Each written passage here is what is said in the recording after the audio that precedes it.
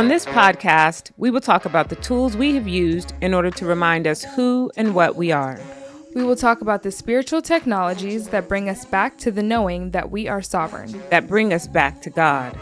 The only actual advice you will get on this podcast is to consult within. The rest is all the things that happen when you do it. My name is Jasai. And my name is Stori. And this is Sovereign You. Hello and good day. Welcome to Sovereign You. How you doing today, ma'am? I'm great. How are you?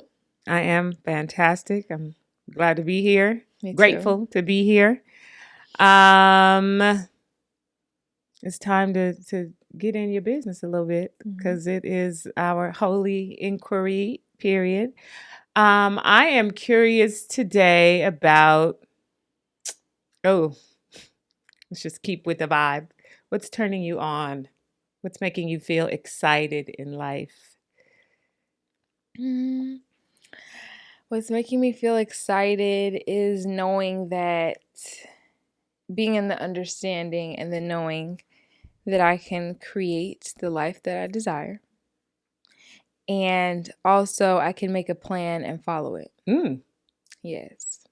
So is this some follow-up to your, did we talk about you making a creed or a thing? Is this related to the code of conduct, the way you're going to move and live? I mean, I think that's just the general thing that I've come into contact with, and so that's that code of conduct, way of being, planning. That's expressing itself in a lot of different ways in my life. But yeah, I like it. What about you? I picked up a book about Tantra. And what I find interesting about the book that I picked up about Tantra is how in line it is with, of course, so many of the other subjects that I'm studying about connecting with spirit, balancing my energy, that don't have anything to do sort of ostensibly when you're reading it with Tantra. So how similar so many of the things that I'm studying are to one another, even though they often don't name one another. And so, yeah, I'm interested in Tantra's lens on connecting with spirit. It's pretty exciting what I'm finding there. A very close connection between the second and the sixth chakra. Okay, so I was going to say, doesn't it, because I'm familiar with it being connected to your sacral chakra. Yes. I was going to ask if Tantra, the word Tantra, the energy of Tantra, if that only relates to particular chakras. I feel like I'm just diving in here, but I feel like it's really closely connected to how your second chakra and your sixth chakra play with each other, connect to each other, dance together, because it is your intuition, your inner knowing, your imagination connected with so imagine, if you will, your creative and sexual energy being connected to your imagination and how heightening that energy can make what you see in your mind literally be born. That's sort of what it's vibing like. Okay. It's pretty interesting. Nice. Okay. It is nice. A pretty interesting study. It's a good share. Today we're talking about words and the use of words, the magic and the power of words, and how we are using and have used words to both our benefit and our detriment. I think this was a topic that I offered for this space, if I'm not mistaken, and I'm sure that it has everything to do with my long understanding and sort of current application of knowing that I really do have what I say, and being very, very careful to make sure I say the things that I want to be true. And just this morning I was thinking, well, that's one thing. To say the things you want to be true is super important, super powerful, but also how do you do that and steer clear of denying your experience as well. So I'm sort of exploring that in my own space, but definitely understanding that there is power in all the things we say quietly to ourselves too. But the things that we speak out loud, certainly there's power in that. And knowing that in the past, I've had to sort of get rid of particular words in order to line myself up a little better with what kind of life I'm looking to have for myself. So, are there sort of key words right now in your life that you are using a lot, or you hear yourself saying a lot? And what is the, like, why that bucket of words for you? What do they mean for you that they're getting so much play in your experience? I would say for me, the words presence, intention, willingness, Mm. all of those things are popping up for me because they all come into play with creating and supporting myself, like creating the life that I want while also supporting myself, because I have to be present. I don't even get calls. I have to be present and I have to be intentional, because what I'm learning is that when things lack intention, you kind of just let them go to whatever is present. Whatever is already has its own line of intention. It kind of just, if you will, it kind of picks up energy as it goes. And I feel like if you lack intention, then you just allow yourself to fall into whatever else is within intention. And so creating my own intention while being present, and then understanding that, because I was saying earlier that I am intrigued by being able to create the life of my desires, but I also understand that I'm co-creating. And so with God as this all one energetic frequency, I am allowing myself to be inside of the willingness. Okay, this is a possibility for me, but I have to be willing to do it. So I feel like that's more so where I come into play with making my desires a reality. I'm willing. Okay. And we often talk about like our hearts being on fire, the things that, you know, you have within your heart, the things that you know that you need to get done. That's God's love inside of your heart. And so you have to be willing to follow your passions. You have to be willing to follow your heart. And so that's just what I'm doing. So yeah, those are some really big words for me. I would say presence, intention, and willingness. I like it. I like it. What about you? So literally what's coming up in me right now in this moment is yes. The word yes. And I'm feeling around for like, why is the word yes right now showing up for me? And I think it has everything to do with not refusing reality. That's right now where I am, and the things that are going on in my life, in my relationship, in my work, you know, because things aren't always perfect. And it's easy to say yes to life when things are perfect. You're like, oh yeah, I'm in here. I want this. I'm yes. Everybody, every time, you know, the universe or anybody in a perfect universe asks you to do something, you're like, yes, absolutely. I think when things are challenging, to say yes to that is really where the bravery I'm looking to exhibit comes in. That I know that when things are challenging, saying yes is an act of bravery. Saying yes is me saying, you know what? What's here is here, and I'm here, and so I'm here for it.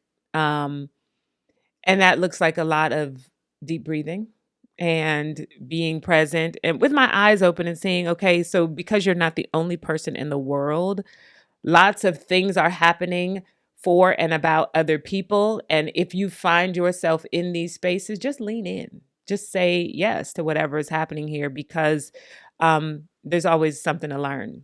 And so that's a really, like, right now, in the right now moment, that's really showing itself to me, because I also think I've worked on the no. I've exercised my no pretty thoroughly, in so much as creating boundaries for myself so that I can think clearly and breathe easily and work easily. So the yes and the no I have played with. Yeah. And I would even relate that too to, you know, just being like saying no and refusing things, like refusing the moment. You know what I'm saying? Just being like, no, I don't want this to happen, or no, I don't like this, or, if even if you're like you have a set out plan to do something and you're like, but I don't want this aspect, so you're saying no to this and not yes to the whole experience. That literally, when you just said that right now, like, no, I don't want this, that made me so nervous, like butterflies in my belly, because I just know the detriment of resistance. Resistance to what is actually happening just makes, even if especially if it's difficult, it just makes it, just prolongs it. It so just much more difficult. It's so challenging. I had a physical reaction. I'm like, no, don't just refuse. But yeah, I think that we do that because there is a training. There is a training to resist things that don't feel good to us, don't feel good in our bodies. And so one of the aspects of using word in some sort of spiritual context, they call these words of power, like words that you can use to sort of provoke particular energies or particular states of mind so that you are willing and present and able to take on whatever is happening. Because they shape, words are shaping in the same way you said you're using these words in order to make your life. Some of the words we're using to tell people how we're doing. When people ask how you're doing, some of the responses I think that we don't know are shaping our lives. Yeah, and I just realized also last night too that so much of, because when you said make your life, I'm like, I'm also like, to a certain extent, getting away from the language that surrounds cultivating my life as if I am making it, because, and I feel like maybe my language has lent itself to that, like leaned in towards that. But I'm also realizing that, like, even when I was talking about like God's love being in my heart and being devoted to things, and those are the things that you should follow, the things that you just naturally love. I'm also realizing that I'm led into the life that I'm in. I'm not just deciding this is what I want for me and this is why and XYZ.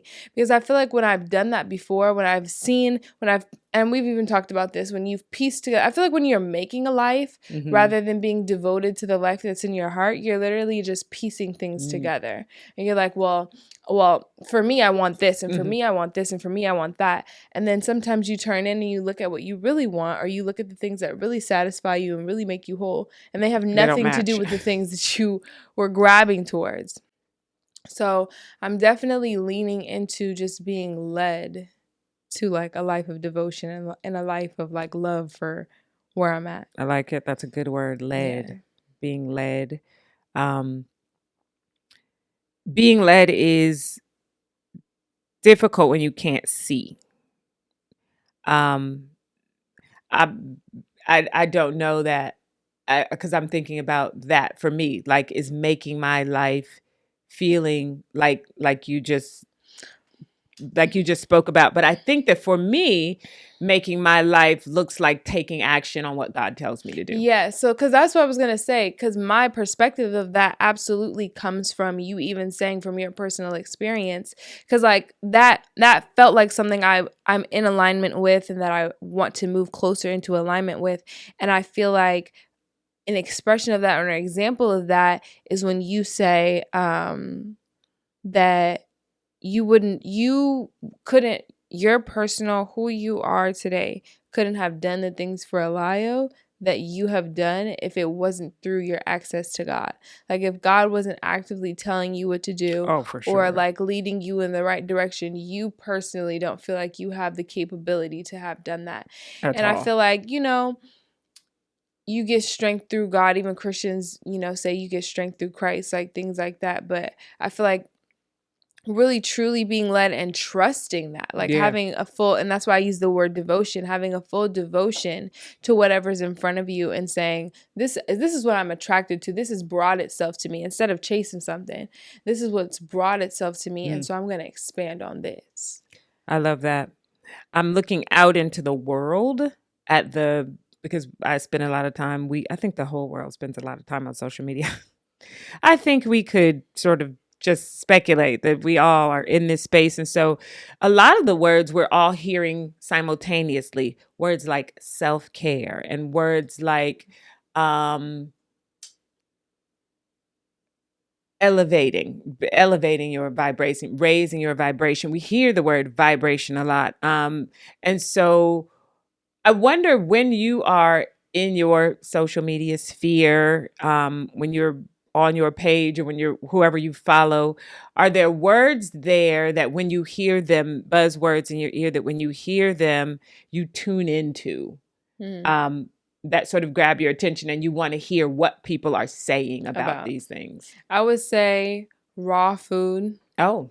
Pineal gland. Chakras. What else do I follow? Art. What else is on my page? Let me look. That's such a feeling. Like when you said art, that's such a feeling. We are populating the house, the walls in the house right now with art. There's a lot of art making going on.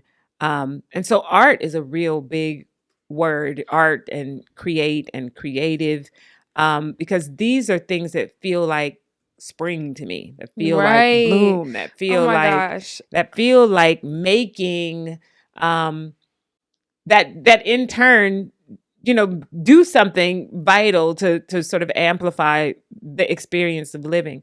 So that is definitely a thing that is catching my ear and attention and eye also, this art and all the ways that art is getting made. I'm stunned. When I was growing up, all the people who were good artists, who sort of made it past elementary school with their art still in their hands and their heart, maybe even got to college and were still doing art and loving art. There wasn't a lot of lane for thinking about making a life doing art. And so now I'm literally blown away when I see the kinds of art that is being made and the number of people being successful doing art. Because I think, again, the language is out there. The language is accessible. How people understand art is expanded these days. Your hair is art. No, yes. And when I first started getting my hair braided, I would tell Whitney, just do whatever you want to do. Because like I appreciated her artistic ability. Like I appreciated the fact that she could do designs. And so I was just like, I trust whatever you want to do to my hair. Now there were times, so you have to take a deep breath with that, right? Just like Ryan and those nails. You know what I'm saying? You definitely have to be present with that as well, because there are some things that in the process of exercising, because that's the thing, her and I, that's kind of like Reiki, right? When you express your energy onto another person. So you have to be present for what the person has to offer you. So through the process of her being creative and her just expressing herself in my hair, we become closer, and I can even see, what she's really great at, and the things that I love that she does to me, that I could be like, okay, like I like this design, or the designs when I look them up on my phone, or I follow this natural hair page, and she only braids natural hair, and these people have long hair, like really long hair, and it's all kinky, just like my hair too. And when I see certain designs, I'll think to myself, like, I know Whitney would do this so well. Nice. I know this will look so good if she was to do it. So I keep that in mind. So yeah, I think free expression and allowing people to just be who they are in the moment, that is art. I feel like all of that is art. That's why when you said when you leave, your elementary school with the art still in hand, like most artists that become artists that sell $1 million paintings and really make a career out of art understand that life is art, and all they're doing is like taking what they perceive and putting it on a canvas. I feel super grateful that is a reality in my life currently. That I feel like me getting up and making tea is art. That when I get up in the morning and I do the guardian meditation, that is a kind of art. Because if an artist, like you can feel that inside I feel it inside of my body, and I call myself an artist because I know if an artist was perceiving me, they would see so much beauty in just the basic things that I'm doing. Ooh, and so I just decide like, no, this is this is artistic expression. Like I like it. I'm really trying to find the posts I've liked on Instagram, but I think we've moved on. No, it's cool. So one of the buzzwords that sort of is grabbing my attention is vibe and vibration. And I like that it is in the sort of general lexicon, because it's something really valuable for people to play with, to examine, to look at, like, what is, because I think that when we cut it off, when we truncate it and we say vibe, we've all used that word. We all know what it means. We come in here, it's a good vibe.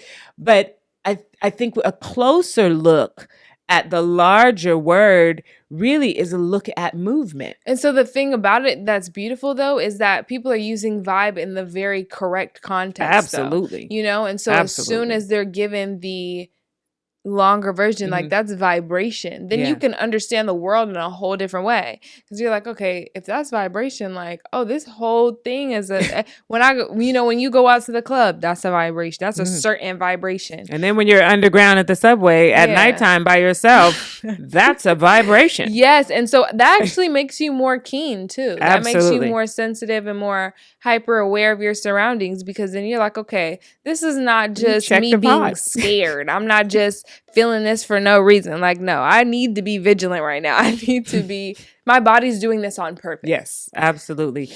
Being connected to the vibration of your own body, your physical being, is so critical to navigating your life in the way you want it to go. Sometimes people will ask, like, how do you know the right thing to do? How do you decide what? Early on, when I first wrote The New Fast Girls, and I'd tell the story about hearing the voice in my head saying, "Eat the damn peanuts." And someone asked me, how do you know the difference between your ego and the voice of God? Because, I say to people all the time, God tells me things and I do what God says. It's the vibe. God is a vibration. Right. The God vibration ain't gonna feel slick. It's not gonna feel like a slick vibe. It's not gonna feel like a sideways vibe. It's not gonna feel like a diss vibe. Like, the God vibration is a very particular thing. You're like, wait a minute. That's like, something I'm laughing. I'm only laughing because there is different vibrations. Like, the vibration that told you to eat the peanut was probably really abusive. Yes, and like very slick. Just like, hurry up and do it. Like, very.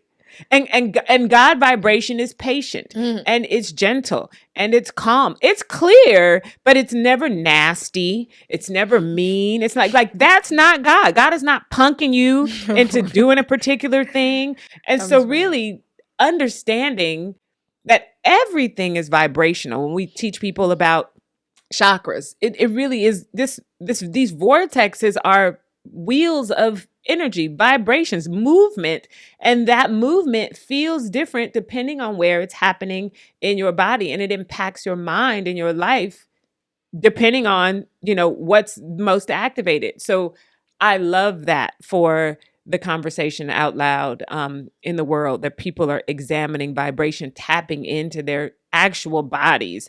That has so much, it's full of so much information, and your body is really a GPS. What a GPS is, a global positioning system. Yes, when we begin to understand that our vibration is instruction and information, and so being present to what's happening in our bodies really gives us a leg up on in so many ways, and on so many people who are just sort of not, like you said at the top of the conversation, just letting whatever intention is out there grab them and go. Because people, think about it.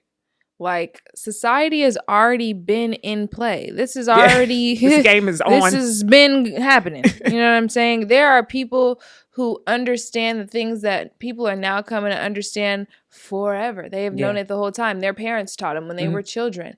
And so when you are intentional and you do have things that, you do have an intention that is born, that is alive and well. Just like, if we want to talk about the job that I work at, Wingstop, whoever came up with that idea knew that they needed a marketing team, knew that they needed branding. They knew that they needed a particular market to, go into that.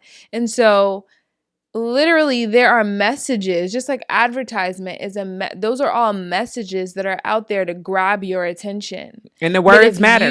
The words they say matter. If you don't have your attention on a particular intention, there are things for you to focus on all around you.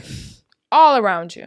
I like it. Yes, So absolutely. you just have to be focused on, and that's beautiful. That same thing that can be detrimental to you is absolutely beautiful, because when you're focused on something, just like I saw the other day, a big beautiful black truck. I like trucks. I love trucks. Okay. I want land, so I feel like I'm gonna have like a cute car, but then I'm also gonna have like a truck because I need What a kind truck. of truck was this? I don't know. It was just like, I think it was like a wall and painting service. So it was like a big black truck, really nice coat of paint with the logo of their business on the side of their truck. And I was like, if I was in a space where I needed this service, all I have to do is look to my right. And there is somebody who is already selling that. Already in there. You know what I'm saying? So I feel like when you're focused on your own path and when you're focused on what you need to do, because there is so much stimuli, because there is so much output that people are putting out for others to be attracted to, it's already there. Yeah. It's literally already there for you. So you have to be focused so you can get to what you need that's out there. Do you write? I know you make use of words in a really interesting way in your home. Okay.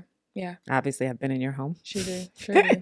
And there are words all over the place. Tell me why you do that. Tell me what you're doing with all of those words. It's the same purpose of marketing, advertisement. Oh, you're advertising to yourself. It is the same thing, because, like I said, when you're in alignment, you look to the right and you see that truck.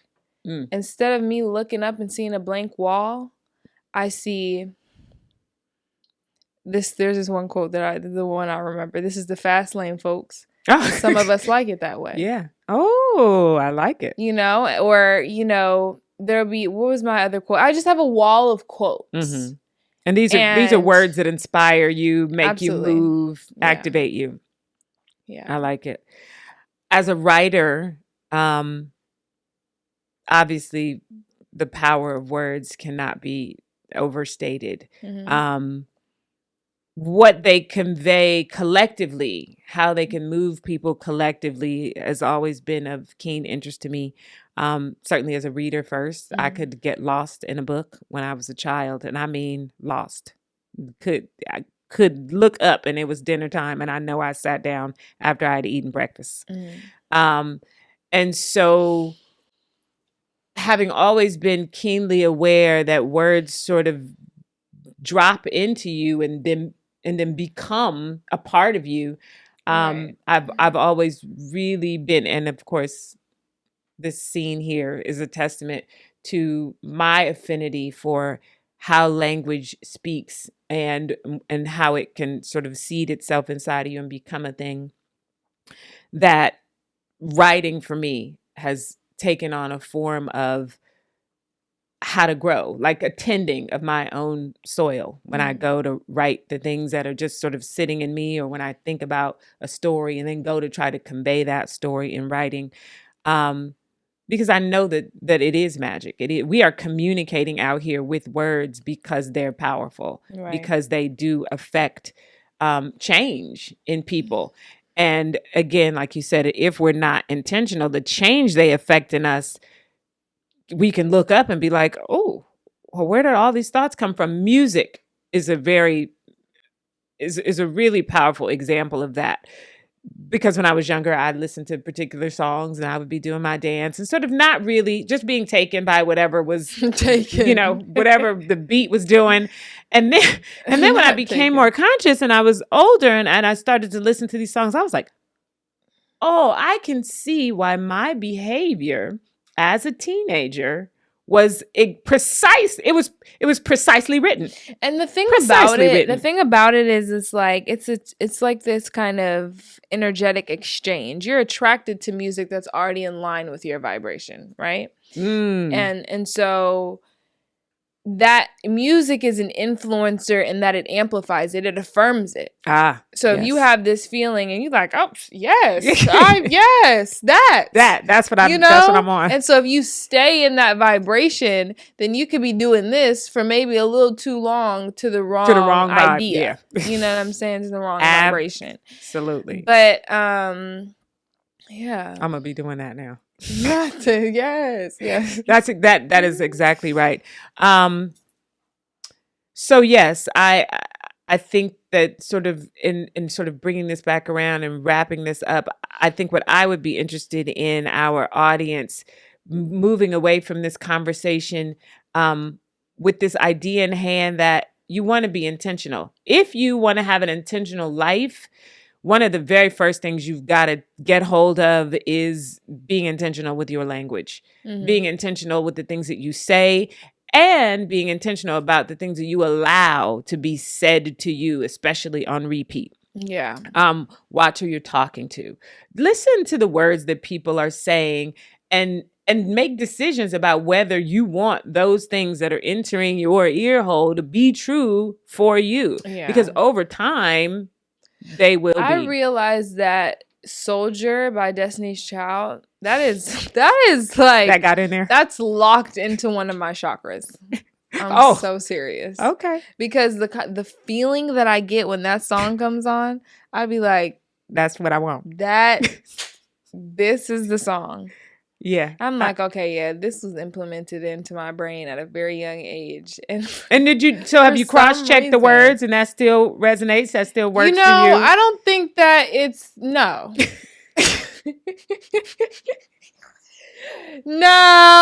No. What you gonna do about that? No, I would say that, I mean, this is not what this episode is about. But I would say that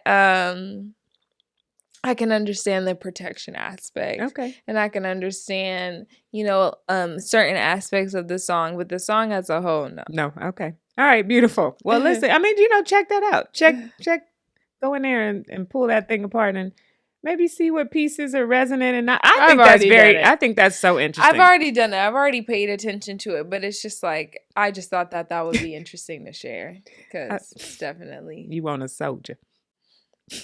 I like it. I'm over this. We're done.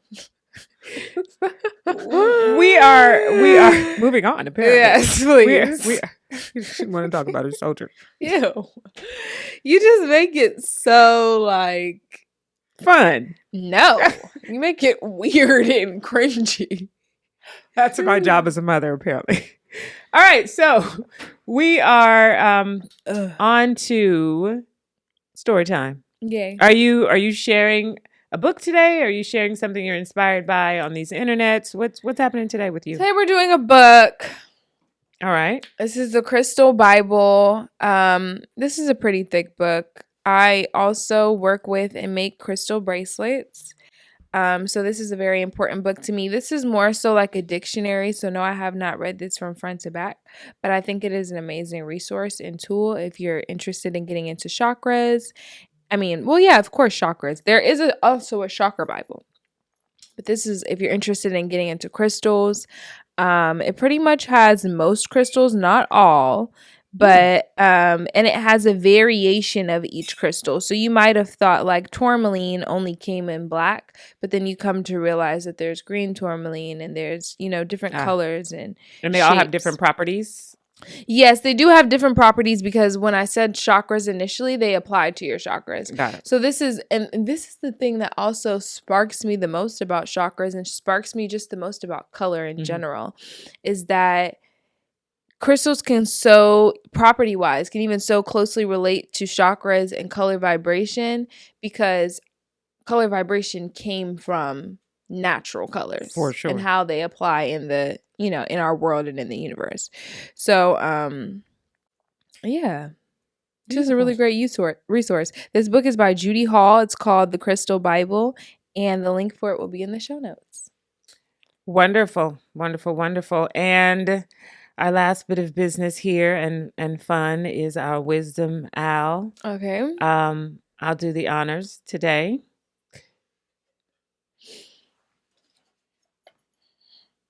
When you are not working, what do you do for enjoyment? This is a great question. When I'm not working, what do I do for enjoyment? I listen to music. I dance. I go and lay in trees. Yeah, yes. I did that the other day. I remembered what you had said. Really? And the other day? Like what? A couple days ago? I was at end of the 7th grade picking up the muffins. And I just leaned on it because, of course, I can't climb in the tree at the end of the 7th grade. But I leaned on this tree. Those people down there would not care if you climbed. I didn't want to do that. But I leaned on this tree and I just closed my eyes and I was breathing and I was like, you felt the vibration. This literally is like leaning on a person. You felt the vibration of the tree. It was. Well, fantastic. That's why I don't know why there's so much like conversation around like the negative conversation around tree huggers. Well, because we like to. Because I'm people. Like, no, that is a real thing. It's very real. It was so soothing. It was like I even think I was having a thing. Why wouldn't you hug a tree? Why wouldn't you do that? Yeah, it was. Sometimes when you hug people, you're like, wow, they didn't love me with that one. I gave. They did not give. The tree gave back. The tree does that. So enjoyment. You hug trees and you dance. Well, I climb trees and sleep in them. Oh. Do you dance? You go to a club and dance? Ma'am, no. When have you ever heard of me saying I was going to a club? Have you been to? I've been to 2 clubs. 2 individual clubs. I like it. 2 times. Where you dancing at? I dance in my apartment. Oh. I dance right here in front of this mirror. Okay. I just dance with myself. I love it. Me too. I think we have some similar fun time activities. I will throw on some high heels and then come downstairs and dance. Yeah. Music very loud. I like puzzles. I'm realizing at this stage in my life that I'm a person that enjoys intricacies, things that have a lot of little parts, a lot of moving parts. I love to put puzzles together. I love pomegranates. A pomegranate is not a fruit. You can just, you got to take your time. You got to have a plan. I bet people will listen to this and be like, all they do is work. Because you said, what do you like to do for fun? I like pomegranates. I do. Because I eat. I mean, that is what I do for fun. There are people who eat for fun. And I do. I eat for fun too. I eat for fun. Yeah. And I won't be judged because I eat things that are beautiful and healthy. But I do eat for fun. I have come to enjoy the museum. I've even created a little bit of an exhibit here in my home because I am getting into the transformative nature of really being with the image in front of me, how it changes depending on where I am, how I'm feeling, what it says to me. Like I can translate the art when I'm standing in front of it into things that are relevant and useful for my life. So yeah, I like to eat. I like intricate puzzles, and I love art. And Big Squad on Netflix. Big Squad. That's a show. Yeah, I like that show. I watch that show. I don't know Big Squad. I'm not familiar. Do you have a Netflix show? Witcher. That's not on Netflix, though. It is. No, definitely is. Yes, get into it. I thought you were watching that on HBO. No. Maybe something else, but Witcher definitely is on Netflix. Definitely check it out. And our friends, that sort of concludes today's episode of Sovereign You. I love to be able to use my good words with you. I enjoy talking to you. Yes, I enjoy talking to you as well. Appreciate your time and your talent. If you are interested in the video version of this conversation, you can head over to our Patreon. It is the Guardian Meditation Patreon, and sign up for that. Avail yourself of all the content in that space, and also check us out on our social media page, Sovereign U Pod on Instagram. And if you have a question that you would like answered during one of our episodes, you can DM us and we will be checking that thing and throwing your question in the wisdom owl. Also, rate and review this podcast wherever you listen to podcasts. All right. Thank you so much for joining us, and we will talk to you soon. Okay. Bye. My joy is now. Altogether lovely, pleasure and abundance. All things as it should be, pleasure and abundance.